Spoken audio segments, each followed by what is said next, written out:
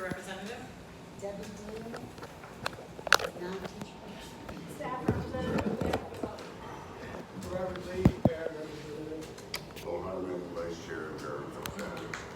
Amy Ellison, chair and parent representative, and Default community representative. awesome, thank you. So if we can all stand to say the pledge of allegiance. I pledge allegiance to the flag of the United States of America and to the republic for which it stands, one nation, under God, indivisible, with liberty and justice for all. Before we get started, I'd like to recognize that this is a pretty, sort of brave day that we're meeting on September 11th. And in memory of people who lost their lives that day and of the first responders who risked their lives and lost their lives in order to serve the people that were affected that day, I would like to have a moment of silence.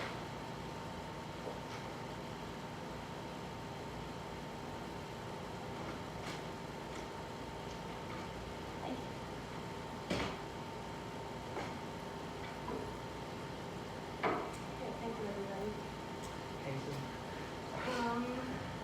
I'd like to move on to approving the agenda and minutes. Naomi sent out the minutes from the special meeting that we had over July, where we elected the various positions for the LSC, and we also established our meeting dates for the year. Did everybody get a chance to review those minutes? Can I somebody, make a motion to approve the minutes of agenda. all in favor of approving the minutes? Aye. You have to approve the agenda separately, though. Well, So the motion, I make a motion to approve the agenda. Okay. So the motion to approve the minutes is passed, and so we now have a motion to approve the agenda. Do I have a second? I second. All in favor of approving the agenda? Aye. Motion passes, and the agenda is approved. We moved public participation up. Had great public participation. Okay. Okay. We moved public participation up because there's going to be a PTA meeting later on tonight. We wanted to make sure that if parents wanted to come and had something to say, that they had the opportunity to. Is there anyone here who would like to speak before the LSC, or would like to bring an issue before the LSC before we move on? Is there any possibility that, at the end of the meeting, so we can meet for, so that one of the neighbors to come? Sure, A minute or yeah. two? Yeah, It absolutely. won't be a long, monologue. Yeah, that would be totally fine. Okay, so if we don't have anyone who would like to speak for public participation at this time, then we're going to move to the next item on the agenda, the school committee and organization reports and discussion. Again, we moved this up a little bit so that if there were people who had reports to give, that they could offer those reports. And Kristen Greenbrock, who is the president of the PTA, was just, she was just sending me a little text to say that the Fall Fest format, let's see, I think this is, or maybe this is Gary, so maybe this is Fall Fest. Sorry, this is, that was Gary that was saying that. So the PTA is meeting later on tonight. I don't think that they have any additional reports for right now. Okay, so for a lot of these reports, this first meeting of the year, we probably won't have very much to report, simply because people haven't had a chance to look at it. Moving on to Friends of Thorpe. We do have an item to approve for Friends of Thorpe, and that is the Fall Fest, to be held October 19th. It's a Saturday from 10 a.m. to 12 p.m. And this is from Harriet saying that the Fall Fest format will be the same as last year. There will be a dance-a-thon, there will be the pumpkin auction, and the trunk or treat. So the usual kind of activities that we have. And I think all we have to do really is approve that and. I make a motion to approve the fall fest. Second. All in favor of approving Fall Fest as presented? Aye. Any opposed? Any abstained? Okay, so then Fall Fest is approved for October 19th, 10 a.m. to 12 p.m. Do we have anyone from 7th and 8th grade committees? I realize that that's also just sort of coalescing right now. We should have those committees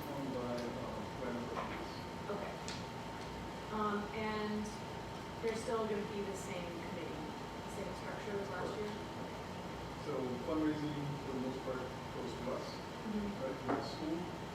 Parents will plan activities for the kids, like bowling nights and things like that. Okay.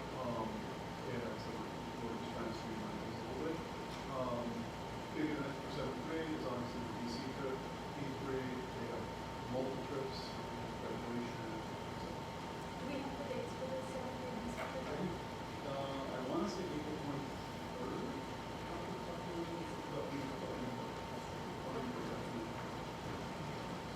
Did you say the committees will be formed by, Right after the class. Right, so that way when we have everybody together for seventh grade, we'll get everybody in one line, and say everybody who wants to volunteer step forward, and then we we'll get them like that. That will be just confusing enough, because some people will accidentally opt in. No, actually, we do that well, it's for both of those. I will definitely have to, So then we can move on to the LSC committee reports and establish some chairs for committees. We may not get that completely done tonight, because again, some of these committees have not had an opportunity to meet yet. But we are required to have an opportunity to report back on LSC committees at every meeting. The PPLC, Professional Personnel Leadership Committee. We're still in the process of getting teachers to sign up. so we have five, Right. and the two we get seven. We don't have to have a whole list, so the people who signed up are the committee. We want to, it's only interview. We can talk about it, but the way that I established it was setting up for volunteers, but why don't we talk to touch base afterwards? So there aren't elections for the PPLC? If there are more than seven who sign up, there will be elections. Okay, We only have five people volunteer, okay, so that's why, and the days were pretty set.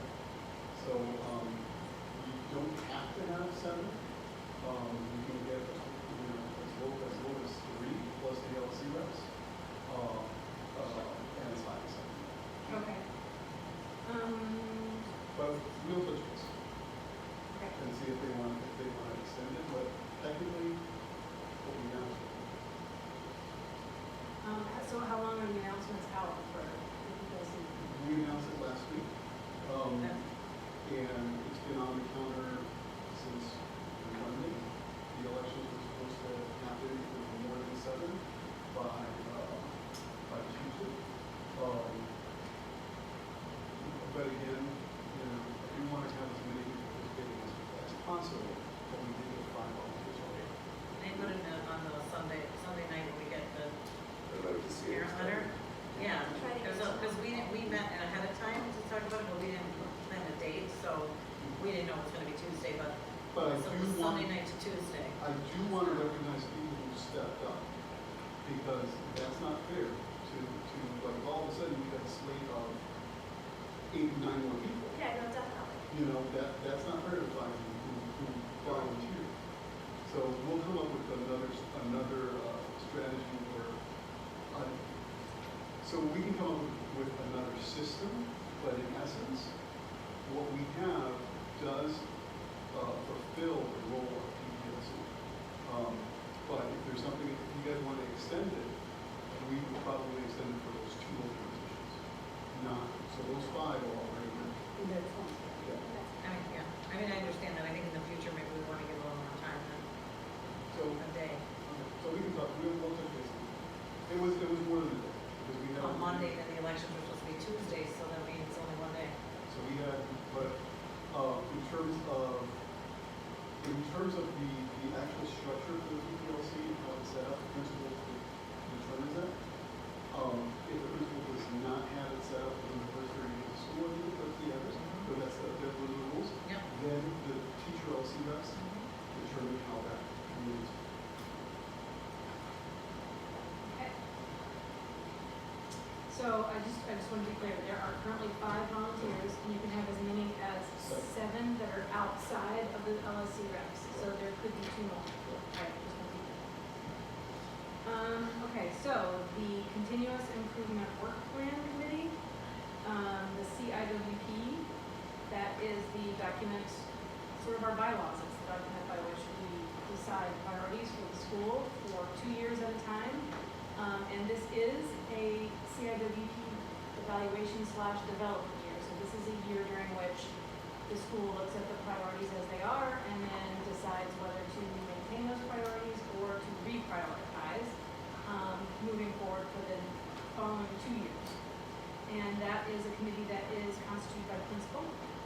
And so, I don't know if you have any. In my report, I'll talk about it a little bit. Okay. So it is for the next, so it's also that it's a working, it's sort of our working plan for the next two school years, from 2020 to 2022, like where are we headed? And I'll touch base on that when we get to the end. So the next is the Principal Evaluation Committee, the PEC. I received a notice that, as we know, this is a contract renewal year. So the Principal Evaluation Committee is going to take on sort of an extra layer of responsibility, in that we're going to be looking at evaluations from the past 3 years, including continuous evaluation for the current year, so that we can move through the contract renewal process by the end of this year.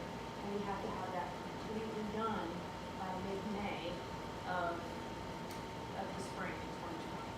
So it's not something that we can just push forward into the end of May.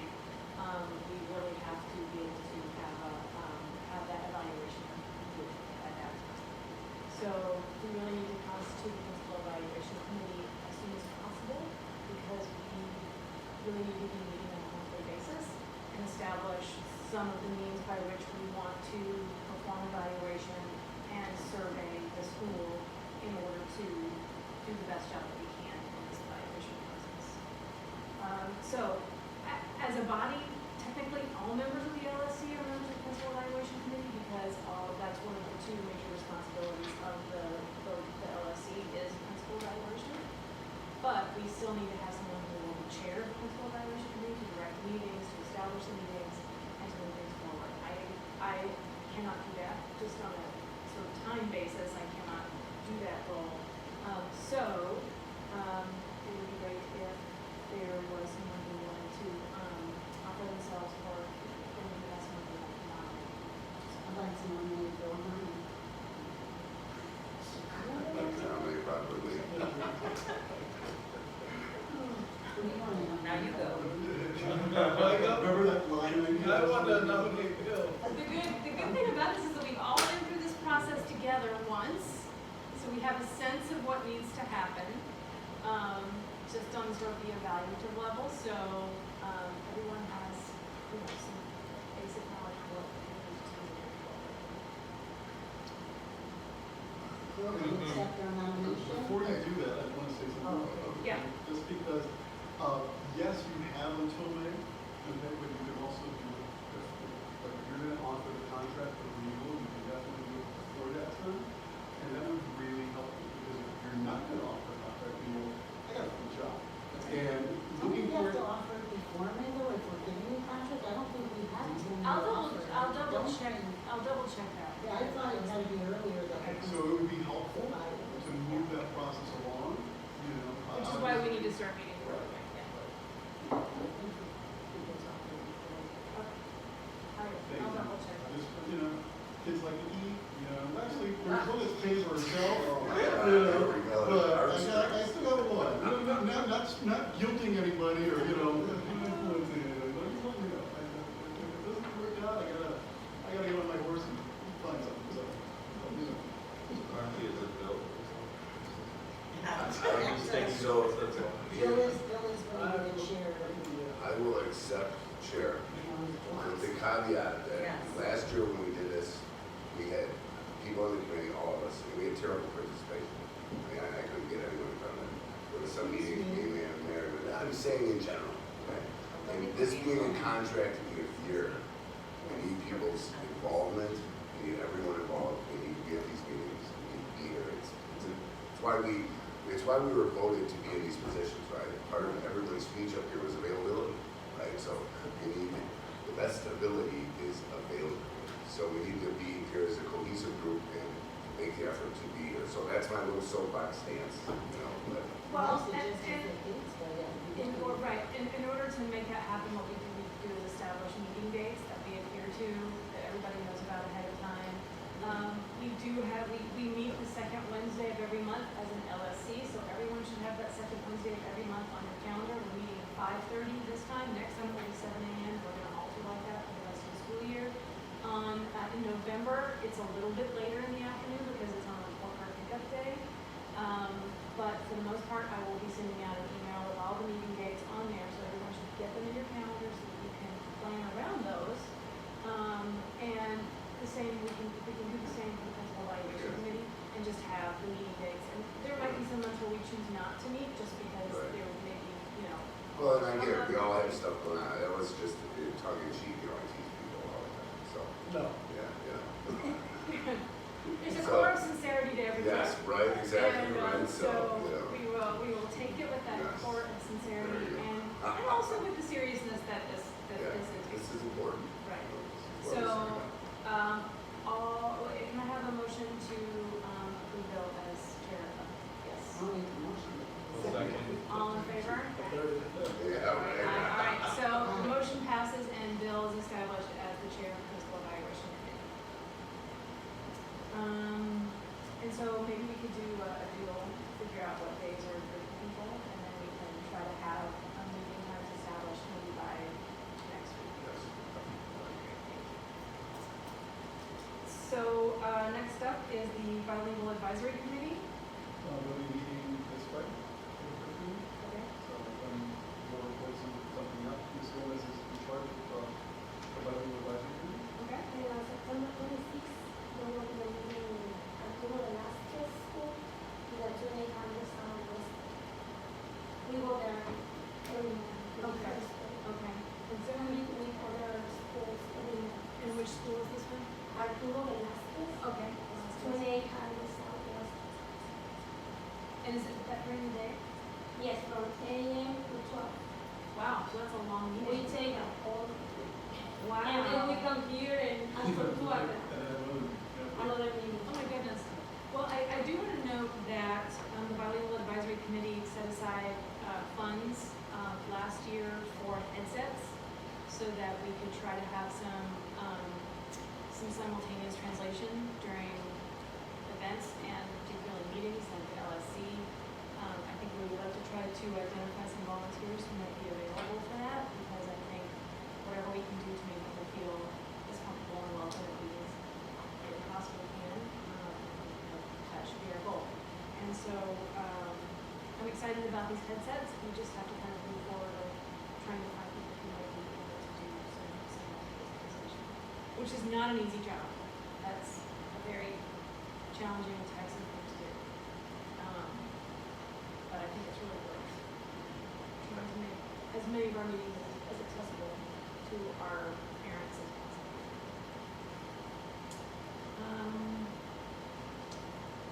Quick That- question, is the yes. goal always Spanish, or where are we going?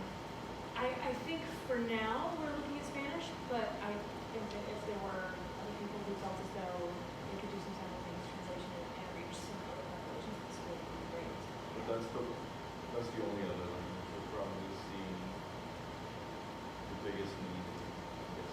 Currently, I think that's true. Yeah, we have, so over 50% of the school is Hispanic. Of that, the parents who speak only Spanish, I'd hazard at least a quarter of that That's a population. significant number.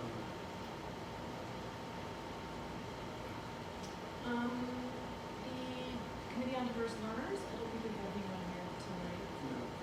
But they are, so they will be, well, they've asked for a couple of things from me. Okay. We're putting together bios and contact information for all personnel working in the Diverse Learners Department that includes students and CEOs, which will be helpful. And our big focus this year is just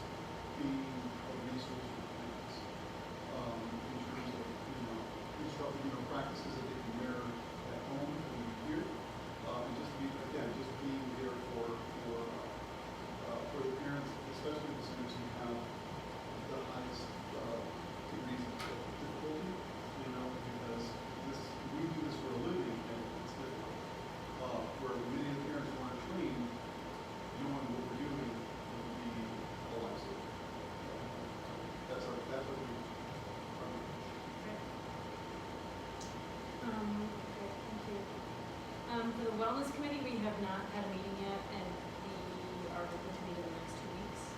I'm not going to be chairing longer, so I'll report back on how that's going to look like. We still have the town halls that we're planning to continue with, and to bring emphasis to different areas. I think we're still going to do the sexual health curriculum town hall. We will probably share some information for high school when they were talking about the high school application process with the 7th and 8th grade parents. And then of course, social media remains a perennial favorite, just because there's new information and new issues that pop up all the time. And there's actually already an issue that's happened so far this year that I can think of that probably needs to be addressed. So we will move forward with that. Anyone who's interested in being part of the LSC committee, please let me know. And if you know any parents who would be interested, then let me know as well. I'd love to contact them without some information about it, so that if parents or other new parents especially are interested in joining, they will get information about that. Also the LSC communication committee, I don't think you guys had an opportunity to meet yet.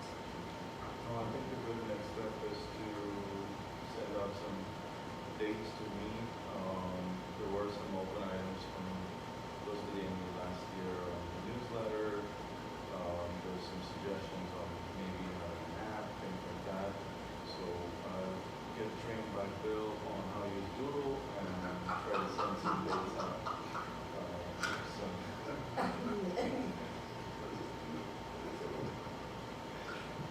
We're gonna have LSC superlatives at the end. Yeah.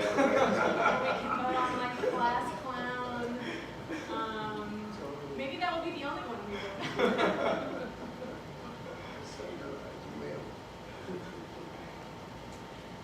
So that brings us to the end of the LSC committee reports. So we have the principal's report. 15 minutes early, which is good. Because we're going to be going through. Hi. So, I'm going to go over the principal's report. So, if you guys don't mind, I'm going to turn off the lights and go over a few things. With the LSC, I shared the presentation that I shared with the faculty, and I'll get to the end of that just in case if you didn't have a chance to open it up. A lot of this stuff is going to be things that you already know.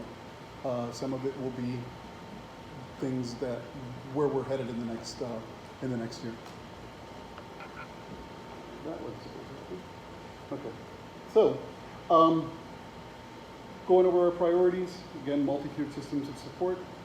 What you're going to be getting from us in terms of data is quarterly review of the MTSS list. That's what we do at school. We actually review these lists every 2 weeks, but you're going to get the report of like on track, grade distributions, those types of things. We will also be looking, and again, tying everything to the CIWP, the current CIWP that ends at the end of this year. Aligned resources. So you will get the monthly review of the budget with the funding descriptions. And obviously we also do monthly reviews with the PPLC. In terms of leadership and collective responsibility, the CIWP process. So this year, we have to establish a committee. We will be doing multiple surveys, including parents, teachers, and students. From those surveys, we'll establish priorities. We'll come up with action steps. We'll come up with progress monitoring dates and eventual presentation to the Thorpe community. And we'll be doing that twice throughout, at least 2 times with the whole school. Mr. Toledo? Yep. When talking about establishing the CIWP committee, one thing that we have talked about in the past is making sure that it involves a broad range of stakeholders, including parents and the community. So before you have these meetings, or are there going to be announcements in the Yes. letter, for example, things like that, to make sure that we can? So one of the things, we will be bringing that up at open house as well. Okay. So that way everyone has the opportunity to hear that we're doing this, and people who are interested in school development, hopefully will have the opportunity to be part of that process. Okay, great. Okay. Thank you. Yep. The other priority that is not up here was our restorative practices, and we have made significant progress in that area with our student council last year. But that will continue as, once we establish the student council for this year, we're gonna ask for an honorary representative. Same way that high schools do it, they don't vote, but they'll be part of listening in on some of the conversations and our meetings. I think that will be very, very helpful for getting that student perspective with us. Would be a leadership opportunity for them, and also give us a different lens on what's happening So in you're school. talking about having an honorary LSC Correct. representative who would come and Student report council back president. onto the students and stuff like that. That's a great idea. So it gives them a little bit more voice, because that's one of the things that the 5 essentials says that we're weak on, right? In terms of supportive environment and basically student voice in what's going on. The budget report, I'll just go quickly through this because I'm just going to go over the funding numbers. 115 is the student-based budgeting. It's around probably about closer to $4,500 per student, funded by the city of Chicago. 124 are school-based funds, student fees, rental agreements, aftercare, etc. 210, when you see this on the budget reports, this is just a handy reference for you, and it's part of every principal report. 210 are safety and security funding, and that is our security guard in essence. Primary support, which is Title II federal funding. You'll see that every now and again. We have it this year. We probably won't have it next year. That's just the way it goes. 220, 114 is special education funding. Much of that is related directly to the cluster program. 312, it's our lunch and cafeteria staff. We normally don't even look at this. Our bilingual federal funding is about $1,000, so we typically don't look at this either. The ones that we really pay attention to are 115 and 124. Mr. Toledo, Yep. in the primary support Title II federal funding, is that because we don't qualify for that federal funding, or because that particular pocket of federal funding is being? They distribute it to different schools in different years. So we have Title II funding this year. We didn't have it last year. So at the end of the budget, and then we can go over the budget from last year, you'll see, I think we put most of that money into professional development. Right. I'm curious about why we get it some years and we don't get it. I don't know.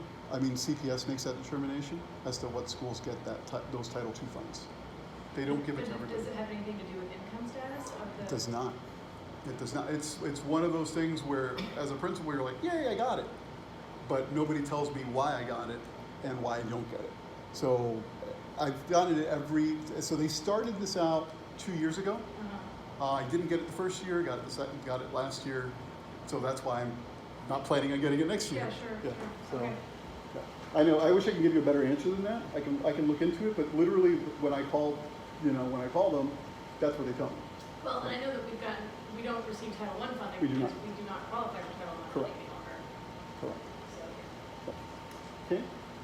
So again, 115, 124 are going to be our big numbers. Everything else, more or less, is payroll. All right. Capital expenditures. I'm just giving you like a brief overview of things that we've done in the past and things that we're going to be doing in the future. Balcony, kitchen, the soundproofing, TVs, little studio set. So upgrades in lighting throughout the building. We have upgraded the lighting in the hallways. All the hallways have LEDs. We need to continue doing this in our classrooms. That's a big priority for me because for our students, especially our students with special needs, these fluorescent lights are actually pretty harsh. Mm-hmm. So it's one of those things that we're working on. CPS is always, facilities is telling me, yes, we're going to do it, but I've been waiting for a while. We have 3 rooms that we need to upgrade, like yesterday, and it costs $9,000. I'm trying to see if they'll do it, but if they don't do it, I got to figure out how we're going to do it. Other things, LED sign you've seen, garden improvements we've done throughout the summer, but we'll continue. There's more things out there. These are not that expensive. The LED sign, we traded off with Friends of Thorpe. They did the balcony for us. And I said, we will eventually get that LED sign, and we eventually got it. And that was very helpful to us because we couldn't put in the balcony ourselves. So it sort of like worked out. Sensory walks, we did some of that already from last year. We've updated the flooring, but there's still, every classroom that has broken tiles, I want to fix, because it's just one of those things that just looks bad. There's no reason to have that. So that's on my list. The lockers are 3 to 5. Thank you, Friends of Thorpe. And also, you know, school funds help pay for those. The ADA ramp outside, that was done a couple years ago, but now we also have an ADA ramp on the curb, which was very helpful.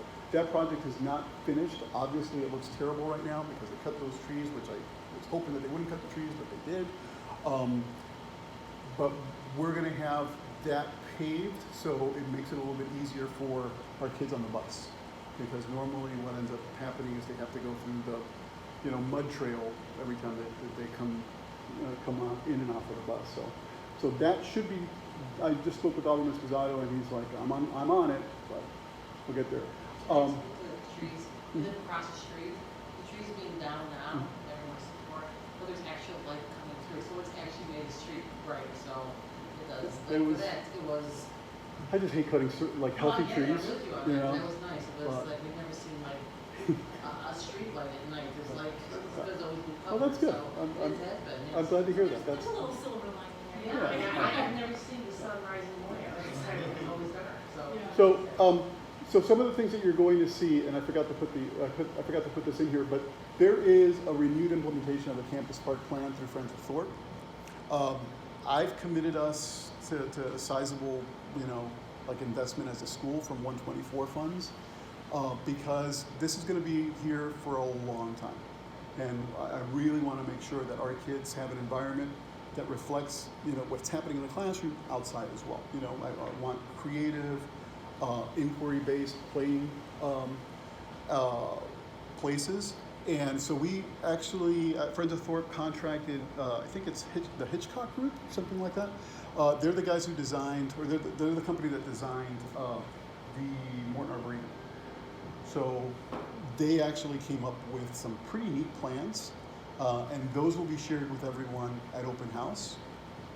I'm excited about it. It's about $2.2 million, right? It's a lot. It's ambitious, you know. And I'm hoping that as things happen, we will get funding from other sources and from CPS. But you know, but we're sort of committed that we're moving in this direction, and we're going to do it little by little, and it may take us some time, but we're going to get there. So.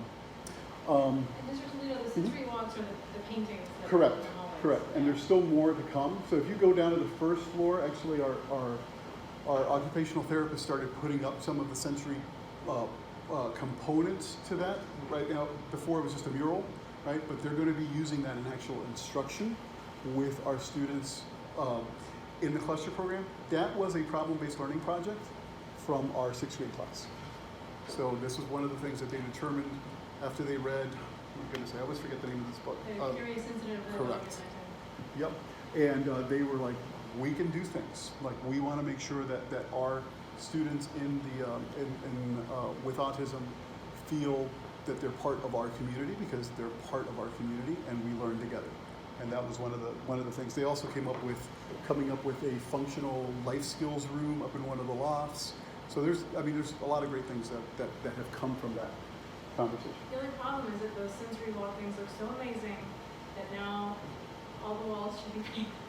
Well, that should be on here too. So there's actually an organization that we're going to be looking at. I think it's called Paint a Brighter Chicago. They get corporate sponsors to come out, and that's their team building is to go around and paint schools. So we're in the process of getting on that list. All right. In terms of priorities for professional development, one of the things that I like doing is making sure that our professional development is the same as with our students, that the learning matters and it's meaningful. So one of the things that we've initiated is dual endorsements for our teachers. You know, trying to get as many dual endorsements as possible. We've really focused on ESL and LBS 1s. When we did it with ESL, the Office of Language and Culture helped subsidize the payments for those. When we did it for the LBS 1 endorsements, the Office of Diverse Learners helped subsidize that. I don't know if they're going to do that again, but I want to do it because it benefits the school as a whole. So right now for this year, we will be starting up another LBS 1 cohort available to teachers and also for SECAs. We're sort of capping it at about 10 because that's like a $20,000 commitment on our part. But in the end, it benefits the school, and and we've seen tremendous growth with our students after implementing that hybrid program, and we've also seen tremendous growth with our teachers as well in terms of just developing that sensitivity to the needs of our special education students. In the future, I'd like to also incorporate like reading, like getting a reading endorsement, or getting going back to ESL. But each year we'll have a different focus. So for this year, it's LBS 1. I'm hoping to get, right now I have about 6 people who've signed up. I want about 4 more so we can get this started, and that starts up in October. I am definitely going to reach out to ODLSS and say, you guys need to pay for this because in the long run, it benefits CPS as a whole. But if they say no, I still want to do it. So this is something that not a lot of people know about yet, but we have partnered up with the Oak Ridge Institute to talk about design thinking and problem-based learning. So we had a meeting over the summer where they talked about all the different resources that are available to us, and that means science equipment. That may even mean paying for teachers to go and visit schools that are implementing a problem-based learning curriculum effectively. There's not many. My goal is that we be one of the premier schools in the country in terms of looking at our learning through that lens, making sure that our students know that their learning matters, and that they also have student choice and authentic audiences in what they're doing. In addition to that, there are after-school programs. As you know, Windy City Theater is no more, unfortunately, but I did reach out to the Miracle Center, and they have, if you're not familiar with them, they do a phenomenal job with students, but I wanted to look at the program a little differently and look at it as more of not just an after-school program, but really more of a academic development program. So they have given me a proposal. We're still working out all of the details, but we're looking at about 3 times a week type of program for an hour and a half, where it becomes more of a class, and kids not only learn about drama, but they also learn set design and lighting and all of these other things that will extend the knowledge set for our students. I'm excited about this. The only thing is that we're going to have to see how many students will actually, like, having 70 kids in that program is not going to work. It's going to have to be smaller because what we're asking of the students is more. So we have to give them a little bit more time to actually develop. But we're still aiming for 2 performances a year. And we're looking at about 70 kids in total, with the first semester being the older kids, 3rd through 8th, more or less, or 4th through 8th, and then the younger kids in the second semester. We've already started our MTSS program. Actually, it starts next week, but we have so we've identified the students who need support already.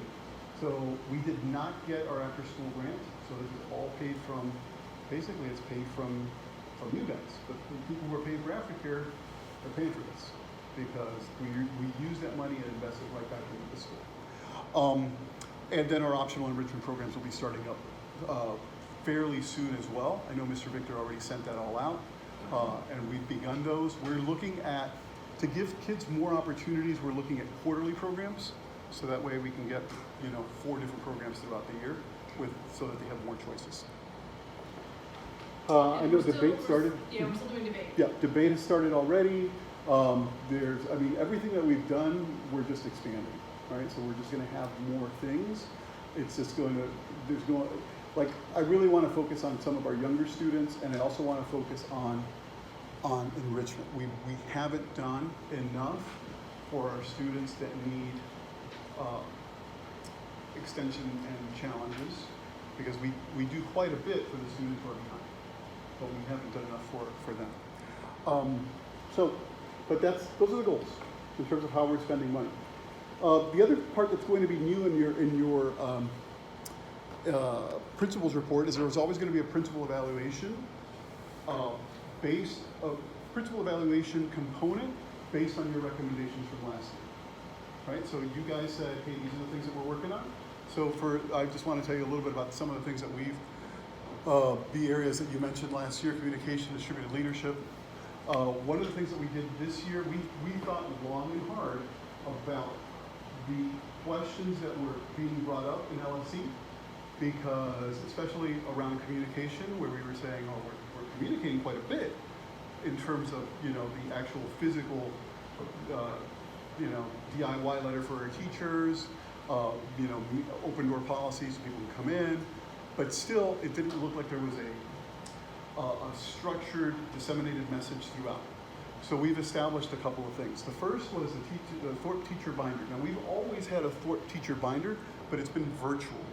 This year, however, we are putting everything where everybody can sort of see it, right? And as we have, you guys can look through some of these things.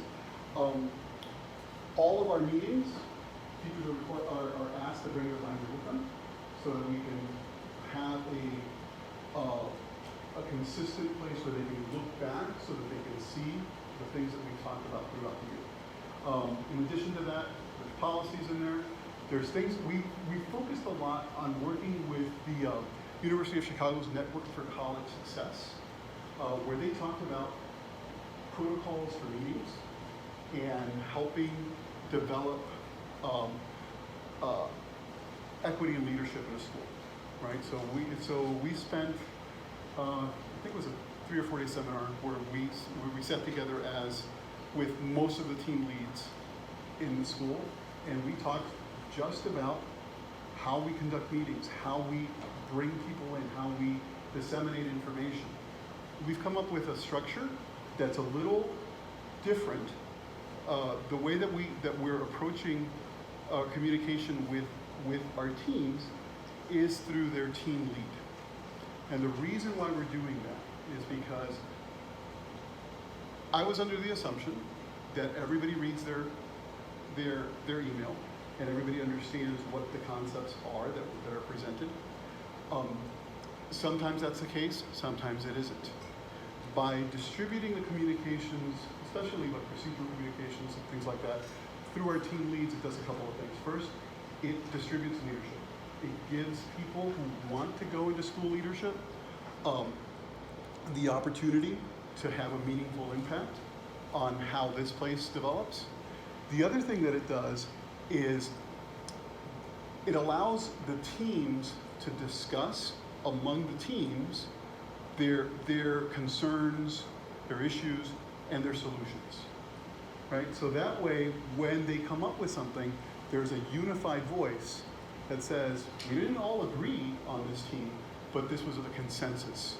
And that's presented, so it's a two-way communication street from admin to the teams and from the teams to the admin. A couple of other things that we've done.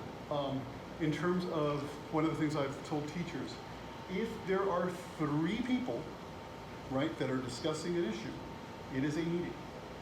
Every meeting requires an agenda because we want to make sure that things are clear. Because some of the things that have happened and some of the things that came out of the LSC evaluation notes were that clarity was one of the issues, making sure that we were clear on what we were saying. So we've really looked into that. And one of the things that we discovered is that oftentimes you'll get 3 different answers from 3 different administrators. So one teacher will go to one administrator and get an answer. That same teacher may not agree with that answer, so they'll go to another administrator and they may get a different answer, or then they'll go to a 3rd administrator and get something else. So I want to make sure that we are addressing things as an administrative team in a unified voice, and we are also addressing team concerns from a unified voice, giving the teams the opportunity to help not only craft, what the problems are, but also here's our solution that we've already come up with, and we want to show you that. So it's something that we need to work on. It's something that's going to be, I'm going to tell you, it's going to be hard because we're not used to that. We're used to just coming up and saying, hey, I got to get this fixed right now. And me going, sure, I'll fix it. And then all of a sudden going back and saying, oh man, I really didn't see that there's 3 different things that this affects. So then I'll come back and say, sorry, I can't do what I told you I was going to do. Right? So it's one of the things that it's a way to systematize that communication that I think is something that based on your feedback is long overdue. All right. So this is something that I shared with the teachers. It's the road ahead, and I'm not going to spend as much time on this as. I'm not going to go through the entire presentation. I did share this with you guys, but I'm just going to just quickly go over it. I've mentioned some of these things already, but I want to sort of give you an idea of where we're headed and where we've been. Hopefully I remember my password.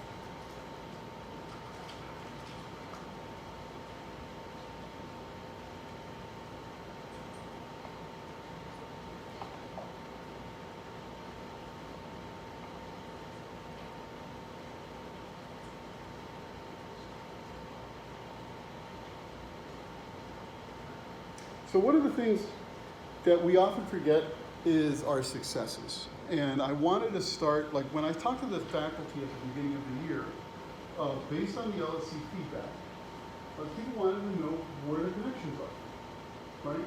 So this is sort of the way that we approach this. At the beginning of my tenure as principal, I started with the instructional core. And this is based on Richard Elmer's work on that when you're talking about schools, you're really talking about 3 things: student, teachers, and content, right? All around that task. And that task should be something that's challenging. And there are a number of principles that are based around that instructional core. When I first talked to teachers, I said, this is it. This is what we're going to do. Always, it's going to be related to, student, teacher, and content, because we're a school. It's always going to be that.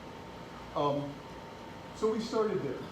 We saw some things at the beginning that needed some work. Our small group instruction wasn't there. We've gotten much better at that throughout the building. Our co-teaching models needed some development. Took us a little bit of time, but we are leaps and bounds ahead of where we were, where we have many of our DL teachers leading classes and our general education teachers supporting, and also in some situations the hybrid model of having general education teachers with their special education endorsement playing the inclusion role in that classroom, and vice versa. We couldn't get to the next step until we started taking care of this, right? So we really started focusing on small group and co-teaching models, and those were the first 2 to 3 years, and of course this always continues. So, let's see if I have anything in there. Let's go back here. All right. I think I just gave you the... All right. So, the next thing that was presented was to our teachers, right? And this was started at the very beginning.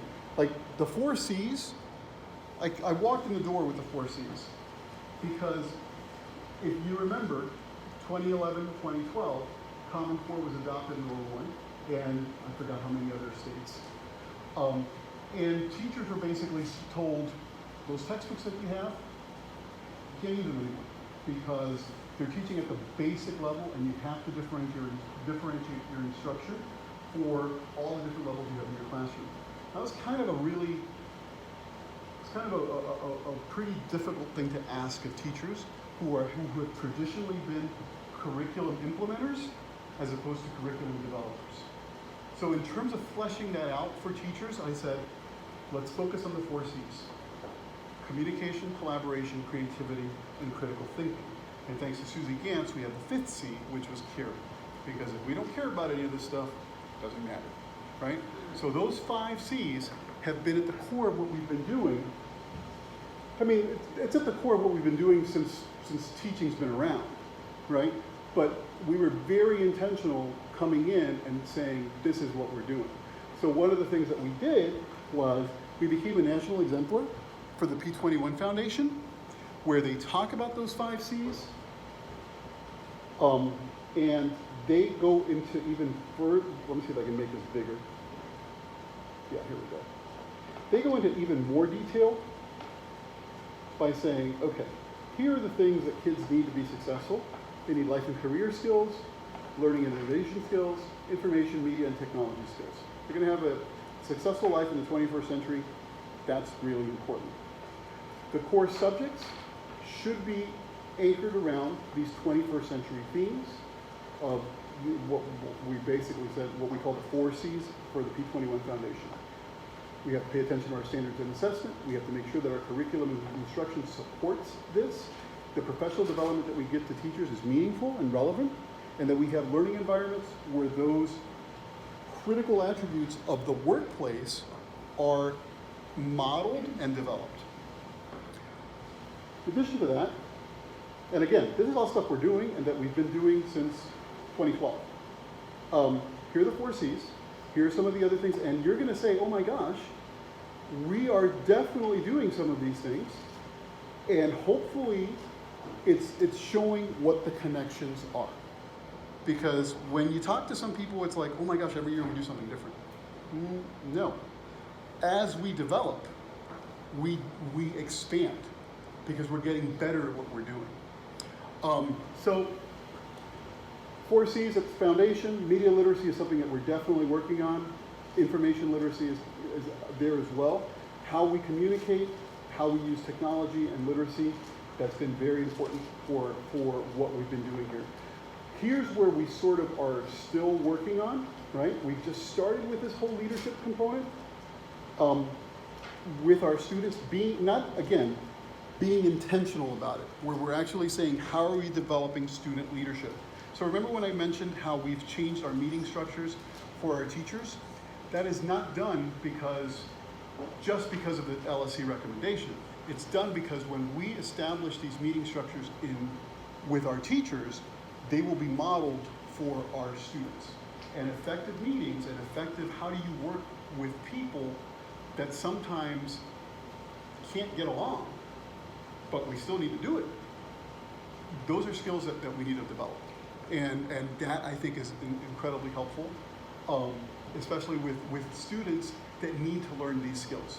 So we're putting them into practice with us, being intentional about it, learning from our mistakes, learning from our efforts, and then hopefully implementing them in the classroom.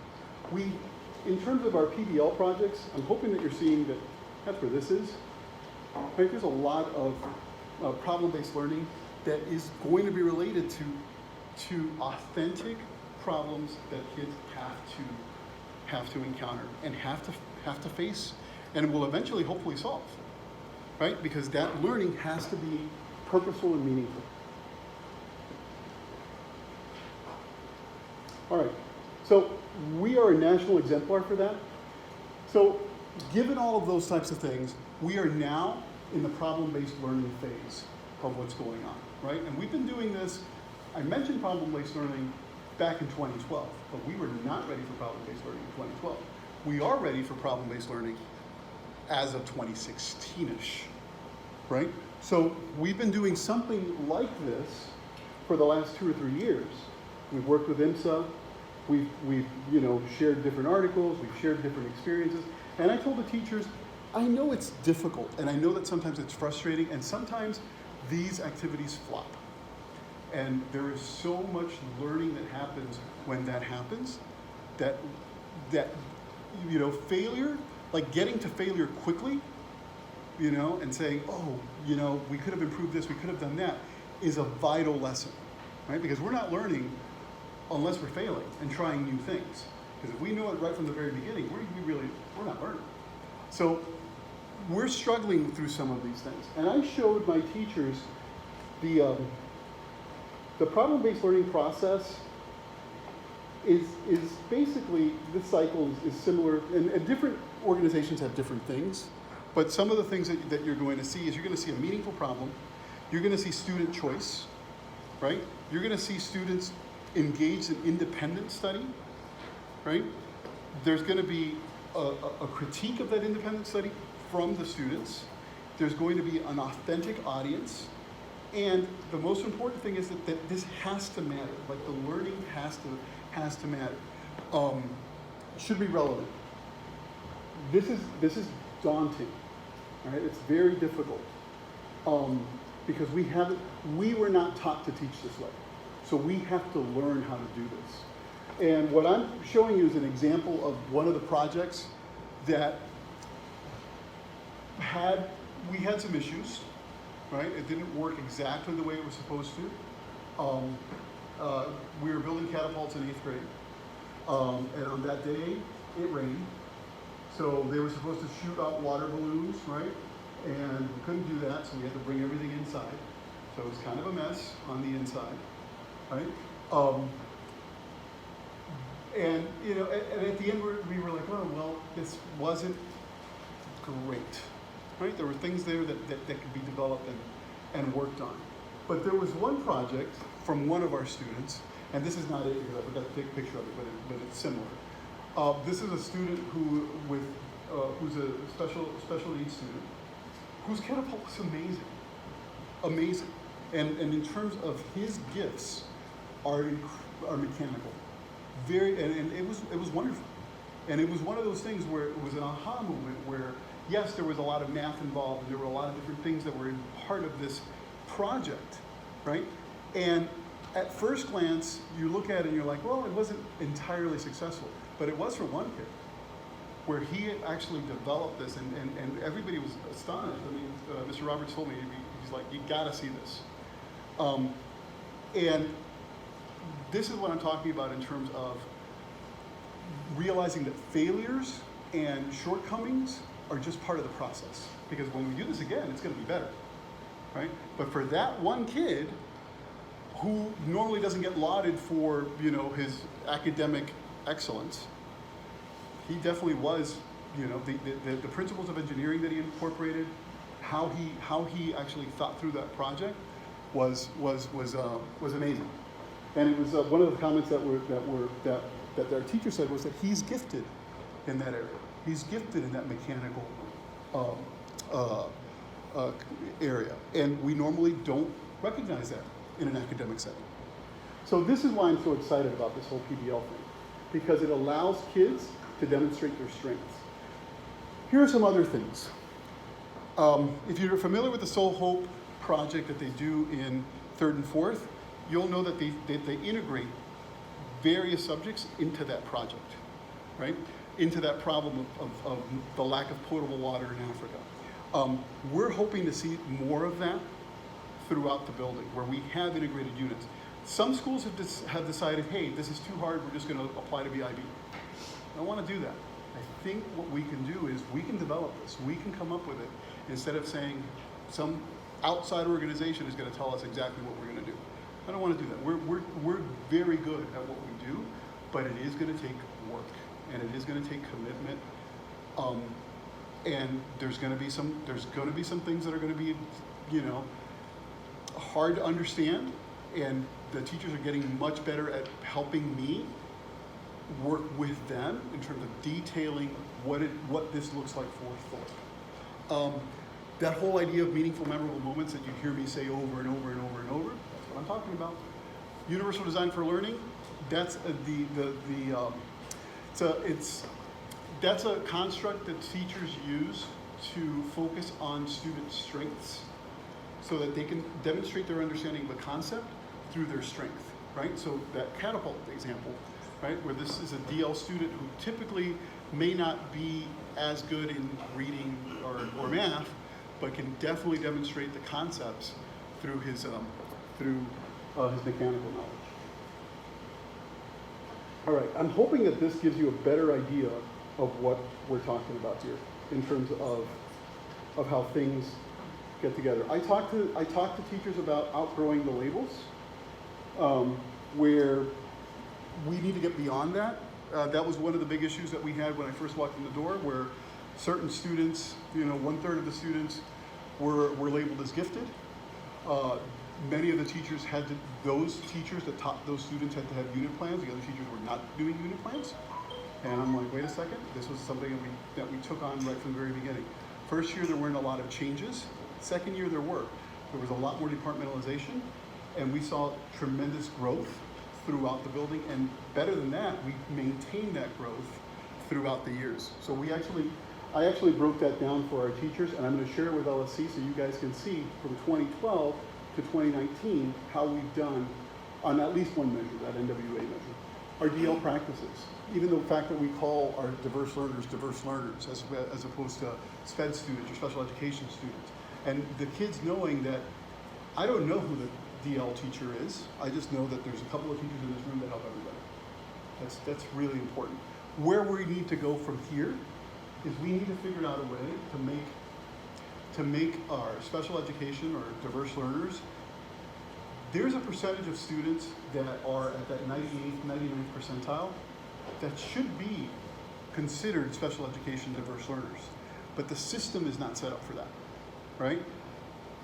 This is a very ambitious goal for me, to create some sort of way of categorizing the students who are at that 1 or 2 percentile that need to be taught differently, right?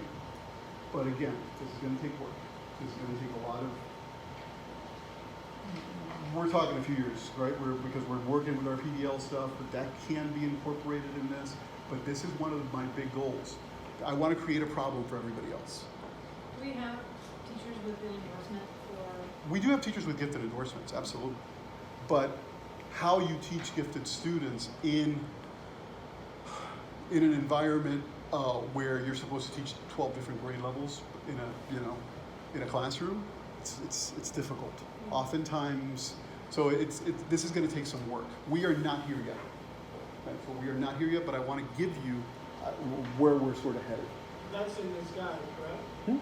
That's in the guide here? Yeah. Well, I mean, this presentation was given to you. No, that's not in the guide. In the guide, we do talk about PDL, but we don't get into this. This is further along. Leadership, and I'm going to just skip through these because I know I've been talking for a long time. Really being intentional about leadership. I mentioned our meetings structure. We started with a leader in me with our students. We're not getting away from that. One of the things I want our teachers to focus on are those 7 habits of highly effective people, or during their flex time. Our team leads. That's our book for the year. It's the art of coaching teams, and I think it's going to pay off significantly. But we are looking at developing leadership between our students and our teachers.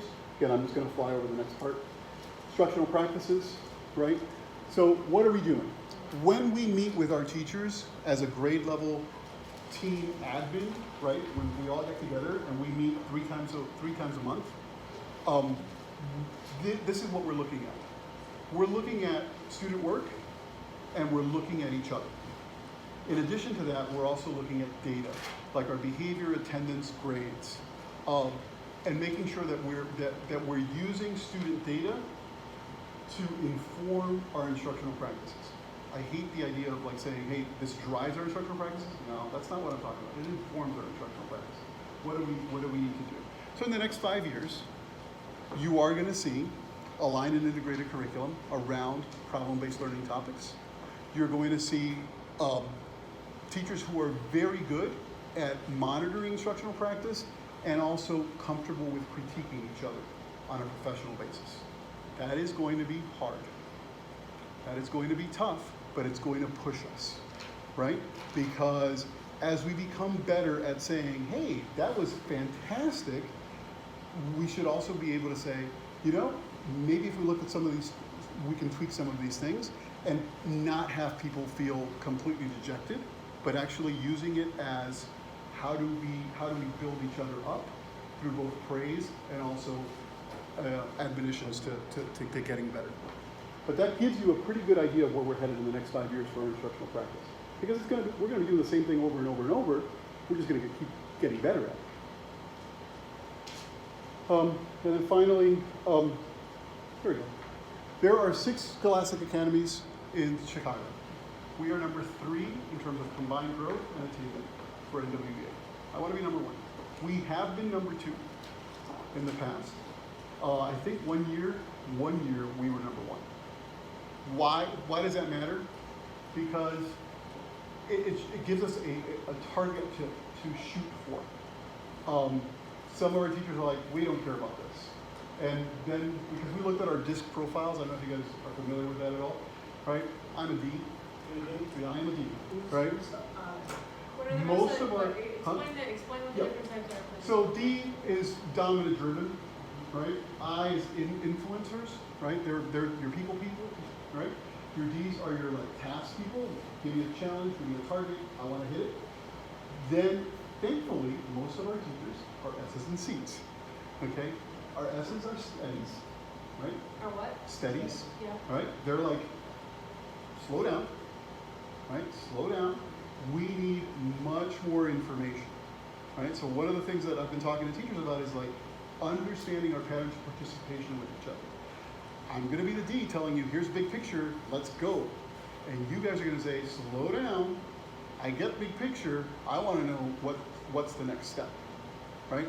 And as because in order for us to be successful, we need each other. We need all those components. And then C is they're the ones who are what does C stand for again? I want to say it's not cautious, but conscientious, something like that, right? And those are the people who are the analyzers. They're also challenge driven, right? They're not the people.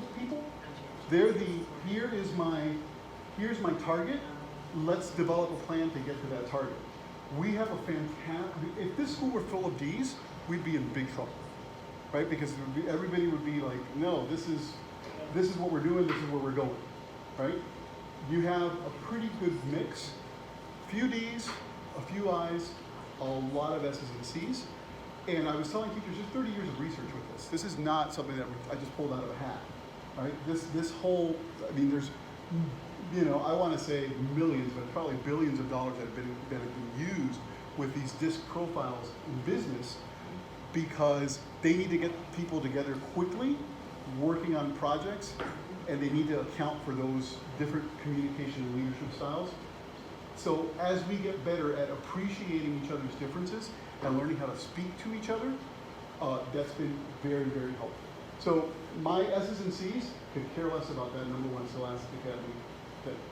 What makes a Or school my scholastic? S's and I's, I'm sorry. What makes a school a scholastic academy? You're organized around math and science. So That is because I knew Correct. we were math and science, but I didn't know if that was specifically what makes it. There's only 6 of them. there's only 6 of them, right? And they're all magnet schools. And they draw kids from all over the city. Integrated problem-based learning approach to curriculum design. One of the things our teachers are saying is how many PBLs do we have to do? And it was funny because as I had that conversation, I'm like, what do you mean? I want you looking at using that problem-based learning lens in everything that we do, right? And it was daunting for our teachers. We just had a team lead meeting about this. And one of the things that I said was, we're already doing a lot of this stuff because we have essential questions in our unit plans. Like, why is this important? What's the big deal for the student? The whole PBL thing is bringing in student choice, authentic audiences, and that critique, right? Those things are missing from what we're doing right now. But when we incorporate those big overarching questions, those big problems, and we also fill in with the things that I just mentioned, our students are going to be much more prepared for the world that they have to live in and succeed in. Financial stability, I want eventually to have $1 million in 124. Right now we have about 300. That $1 million cushion will help us because CPS right now is okay. Or we know that next year's coming because it always happens in CPS. Right? Campus park plan within the next 5 years. I want to make sure that we get that done. And then this is a very ambitious goal that I'm hoping my faculty will help with. Is 100% dual endorsements. ESL, LBS1, bilingual reading. Having people have multiple endorsements will help the school, and it also helps our teachers because they get a bump in pay if they have their master's plus a set number of hours. So I'm hoping that it'll be mutually beneficial. I wanted to give you guys this because I want you to know here's the vision, here's where I think we're headed, right? How do we make this happen, and how do we tweak and adjust to make sure that everyone's voice is being heard in this? So that gives you an overall perspective of the road ahead, and the principal's report is now open. So if you have any questions, please let me know, or just email me. Mr. Toledo, I'm an espresso. You- any questions? Oh, that's what is Myers-Briggs? I just have a quick comment. We talked about funds and 124 funds specifically, and I don't know if you sent a reminder to parents on how to pay the fees. I feel like this is a good time of the year where we're doing school supplies and everything, and my wife was asking like, hey, I didn't see that. This would be a great time where parents would love to knock that out. So we get the for funds. sure, we're hitting this at open house, right? So in a couple of weeks, everybody will know. I'll put something in on this right away. And the open house is the 24th and the 25th, So, 24th through 4th, Yes. and then the 25th for Yes. 6 p.m. both nights. The 24th and the 25th. And I like that we're having it a little bit into the school year this year. It gives people a chance to settle, and then if parents have questions, then they can have them by that time. So that's going to be a good option. one of the things that you're going to be getting at open house is a curriculum. This is what your child will be doing for the entire year. And here are the PBL projects or the PBL areas that we're going to be focusing on by grade. Okay, I do want to be respectful of our agenda and the time. So if there aren't any other questions, then I'm just going to move along. One question. Principal Toledo, how did you feel about the evaluation? How did I feel about the evaluation? I felt that you guys took a lot of time on what you're doing, and I think it was worthwhile. I mean, it's something that I always grow from those evaluations. It's always hard, right? But growth always hurts. So, and one of the things I've learned on this job is that you have to be reflective and introspective, and oftentimes I'm like, oh man, I'm still dealing with this. I'm still trying to work through this, right? But in the end, I think the school gets better about it. So I appreciate it. I mean, I know how hard you guys work on this. I value all of your comments, all of your perspectives on this. I always say, I'm not that important, right? I'm not. But your kids are, right? And making sure that you guys express, hey, these are areas where there can be growth so that our school gets better collectively is appreciated. Although sometimes it does hurt. Was there two places that you took consideration? I'm sorry? Were there, just off the top of your head, if there was two places that you actually heard the voice of the communication? So I think that was the biggest area that I really wanted to focus in on. There were a couple of other things as well, but I really don't want to get into it too much. It's surprising, I'm sorry, it's surprising you said that, because when it goes in the chair of the committee, you really need to get. That's so shocking. I was the opposite, I was overly fun. Kind of embarrassing. This will be recorded for posterity. It's gonna be great. All right. So, Yeah, well, I was just gonna say something based on that about, focusing on communication. That's something, I guess, you said the LSC was looking for. Is there going to be some way to monitor how it's going and how, Well, as I said, that will be part of that. or how will we? I'm presenting my efforts to you guys every single month around those areas. And if there are questions around those areas, I would appreciate them during my presentation, not at the end of the evaluation period. I will just make a note that one of the things that we asked him to do was to be very clear in what his vision was for the school and moving forward with teachers and faculty so that they would have understanding of, for example, if there were questions about why the LDS one endorsement was being asked for and what it was going to be used for later on, that be really clear, because it seems though some teachers felt like they were asked to get the LDS 1 endorsement, but they didn't understand what the full implementation of that was going to be as far as the larger plan. And so this presentation seems to me to be a response to that was like a presentation that was sort of clearer about what the vision is for the school and what some expectations are moving forward with implementing PBL and implementing the different rule endorsements. So that's one, I mean, I can see that is one step that has been taken in response specifically to what we asked in the meeting. I don't expect everything to be addressed immediately, as is possible, but I do appreciate that you would like to include that in the principal report. And if there are other ways that needs to be addressed, then we can definitely talk about those in the principal evaluation committee so that we can pass that information. Well, I was just asking if Mr. Toledo is, if there's ways to evaluate how the new process of communication is going. Like, are you gonna be evaluating, like, is it working, is it Absolutely, improvement? through our team needs. Because one of the things that I want to make sure of is that you talk as a group about this distributed leadership model, and if everyone's voice is being heard. I think that's incredibly important, so that way there's consensus and conversation, right? Because we're used to, and again, this is going to be difficult, because we're used to getting an answer. Come on up, get me an answer, work on this right now. And I'm saying, let's go down. One unified voice from the team, one unified voice from the administration. And it's going to take a little bit of getting used to. But in the end, it's going to work for us. It's going to make our school better. Well, that's what I'm saying, how are we gonna know if it's working? That's one of the things that you guys will be talking about during your team discussions.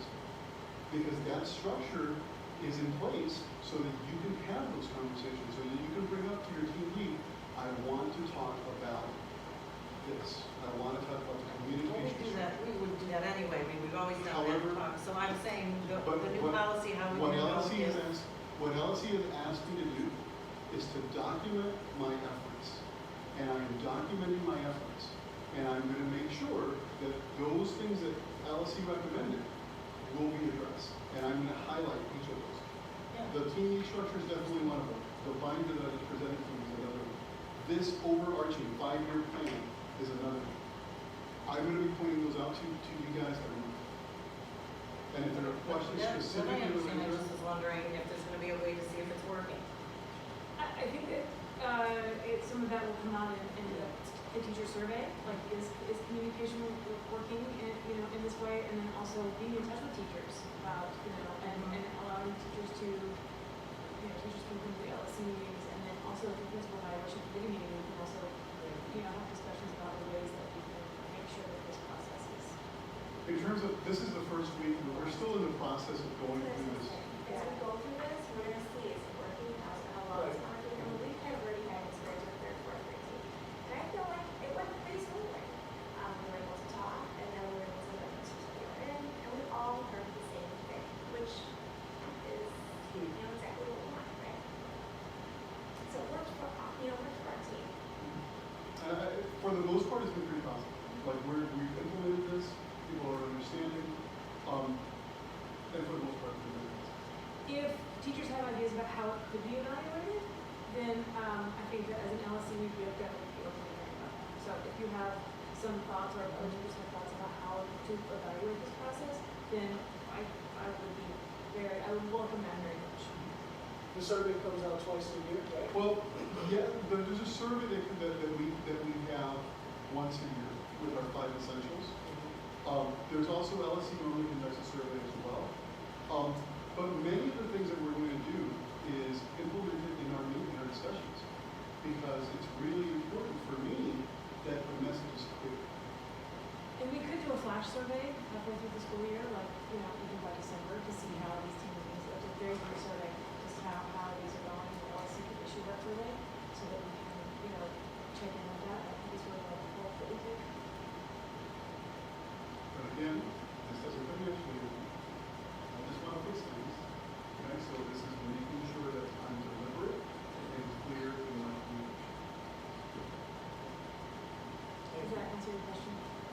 We can have further conversation about it, but I don't know that there's specific evaluation process that's in place right now, Yeah. but if we could try to, establish one, or we would have to. Because it's like as the LSC rep, for example, like people come to me to talk about the things and this is the one and, you know. Sure, So the- and it is like the first week, Yeah, so how many days are we we in? might need at least a few weeks to see But that's how. the feedback we want, you know, Yeah, like, totally. in the teams. And because of evaluation committee meetings, and so we can, you know, we can highlight that as a point of evaluation, and then if there are ways that we can evaluate, either through surveys, through principal evaluation, reports to the principal evaluations committee, et cetera, then that's how we can work on evaluation. I think when we talk about it throughout the year, then we don't have to, at the end of the year. Well, right, that's why it's kind of awkward, because I don't know, like, should I be bringing it up here or in our meetings or whatever? For principal evaluation stuff, It's not it just should be necessarily closed. principal There should be- evaluation necessarily, it's just, you know, And so I'm just gonna let everybody know, once I feel that it's going to principal evaluation, I'm gonna ask for a closed session. Sure. Yeah. Some of the parents ask me if the teacher can be evaluated. teacher what? If a teacher can Teacher be can be evaluated. Yes, some of the parents. Well, it's not the parent's job to do that, that's not part of what. They're evaluating. No, they analyze, I don't know, Sure, you know, sure. when they see the, principal evaluation, Mhm. then they tell you, the teacher can be evaluated, they ask that, over there, I don't know, you know? So teacher evaluations are holy. Nobody knows what anybody gets because that's for them, right? No, the parents, first. A survey, I think is a great idea because it helps get us, you know, but that's something that LSC has to sort of say, this is what we want. Well, and I would say, as I've been saying to a lot of parents who have asked about various things, is if you can, first address any issues that you have with the teacher. I used to do that, so I don't used to love it. Because teachers are far more I used to open just read to positive evaluations. having No, another they say. asked me, Yeah. I never said. Yeah. But, I mean, that to me sounds like they may have an issue with the Yeah. teacher, and if that's I the thought they case. go directly Yeah. with the Yeah, teacher. it's surprising to me that people have not addressed the issues for the teachers, and that every issue that I've ever addressed with a teacher has been met with welcome and with understanding, and, you know, especially if you address the issue from a point of we're all trying to do our best and assuming the best of the other person. So, with that attitude, addressing the teacher first, and then I moving told up the them chain that, of but command. sometimes maybe they can, they want to see the people, you know, they want to be the same teacher, this is what my, Yeah. so I told them. That's kind of, You know, ask them if you have any questions. I'm gonna actually say that we might need to table that conversation for another time, and that we can, you know, we can discuss other kinds of survey options in that way. But because that's not something that's actually, I mean, I can put that on for a new business item that we can address at another time. many teachers give their students a survey, like of the class, like throughout the year, and that helps them change, you know, involve the practice. I don't want this to be like a gripe session or dealing with problems, because dealing with the problems need to happen themselves inside. Right? I don't have any. No. But that was just a question that you had, that's an interesting topic for, we might need They ask me to the same thing. develop, right? We might need to develop that for another time of discussion. But Ms. Albert, I think that the point of making sure that there's some kind of evaluative process is a good point. We're just gonna have to develop what that evaluation is gonna look like. And we can, I think we do need to give sort of a bit of after the first few weeks of this process as it's being implemented, because there are gonna be bumps in the road, there are gonna be little snafus. Change is difficult, change is challenging. So, I would like to see that process implemented for a few weeks, and then, but during that time, we can still discuss what the evaluation of that process will look like. Does that sound okay? Yeah, okay. You have a PEC meeting coming up. Okay, so, then I would like to, move on, we don't really have any new business aside from what we just discussed, unless the people have something they want to put on the agenda. We don't have any old business, but I do know that, Mr. Feller, did someone come in? I haven't heard back from this, Okay, okay. no,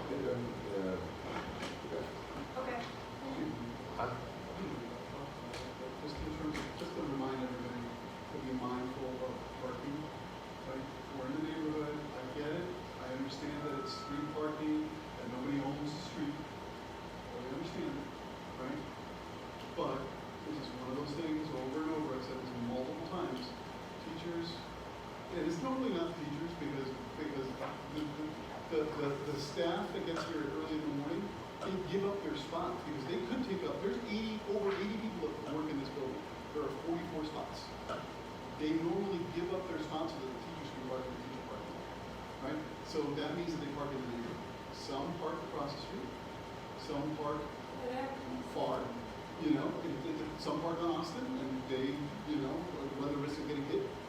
So it's just one of those things. Another issue, because it has come up, I talked to the alderman today. Neighbors have been upset because I have stopped them from coming on board during dismissal. And that is a state, if not a federal law. You can't go around a loading bus, right? When it's parked on the street and kids are getting marked. People have been very upset about this. But I'm like, I'm sorry, I'm not going to jeopardize our student safety for someone else's convenience. That window is from 2:15 roughly to 2:45, right? And in the morning, it's from 7 to roughly 7:30. And that's all I can do, because my number one priority, I want to be a good neighbor, my number one priority is to the students and parents.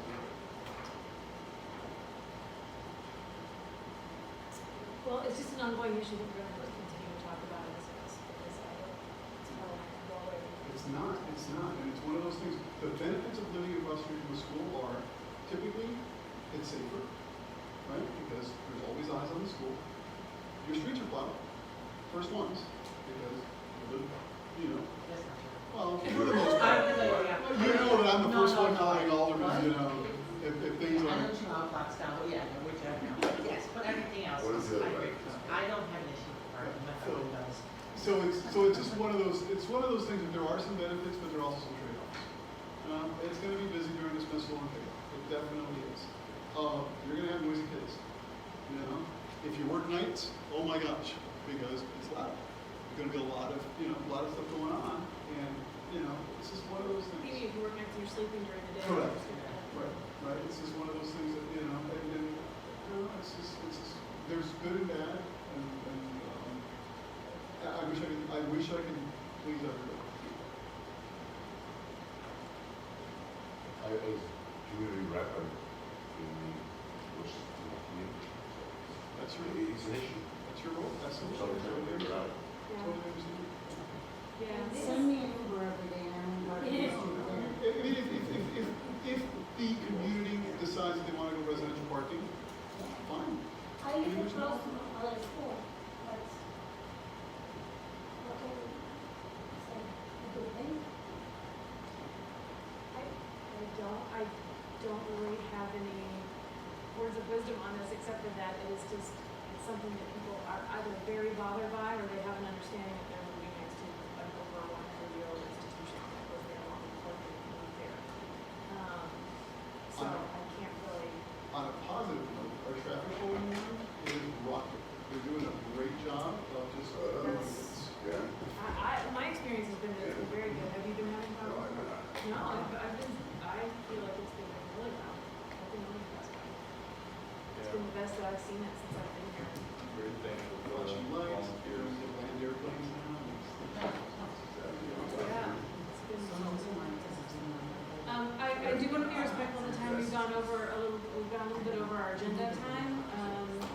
But if there's nothing else, then I would like to thank everybody for coming. Thank you for your service to the school. And everything that you are, the time that you're putting in service to the students. And I would like, is there a motion to I make adjourn? a motion to adjourn the meeting. Fight over it. All in favor? Meeting adjourned.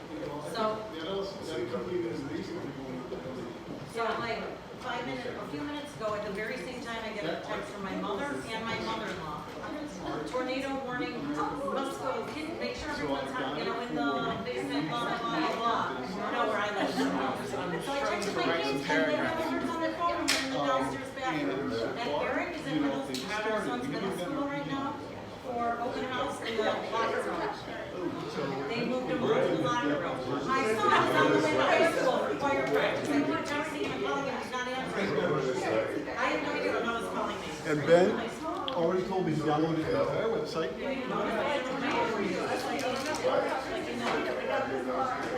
I'm definitely gonna use, he's excited about it, so I want to. Yeah, thank you. Thank you guys. I'm gonna run and see if people in the meeting.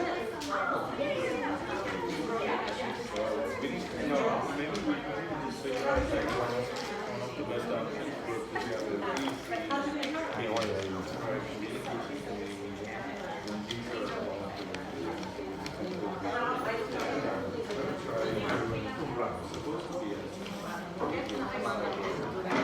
Well, I had trouble.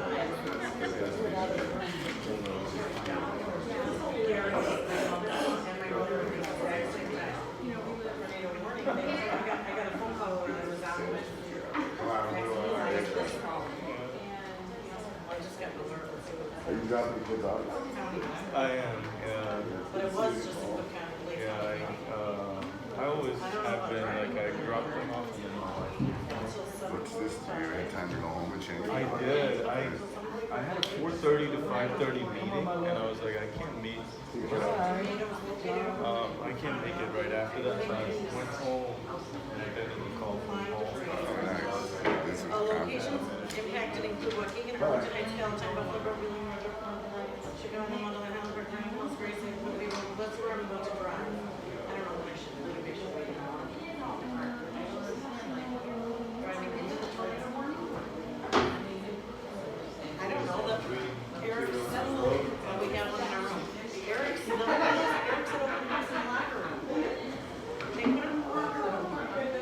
Yeah, yeah, well, yeah, because of the tornado warning. No, he doesn't teach, he's at my kid's open house. Eric said, there's a tornado warning, they made all 8th grade parents go into the boys' locker room, I had Max and they went to the winter room, but they were already there. He like said, we got the warning on our phone, we're already there. I'm like, oh, God, that's nice, because nobody's driving from Culver's to Chamber Choir, it doesn't care. This is what my son says, I don't know, like,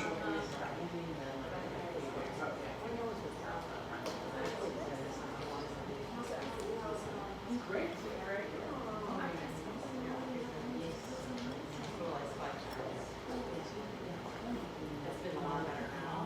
All right, bye everyone. Good night. Have a good night.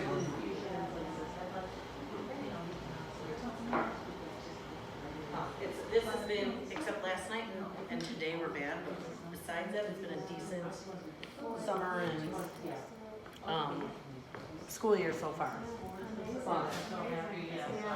Yeah, that's great to hear. So you're a new AP, right? I am. I'm so sorry. Just sad. Let's just, take the embracement. Yep, okay, the screen survived.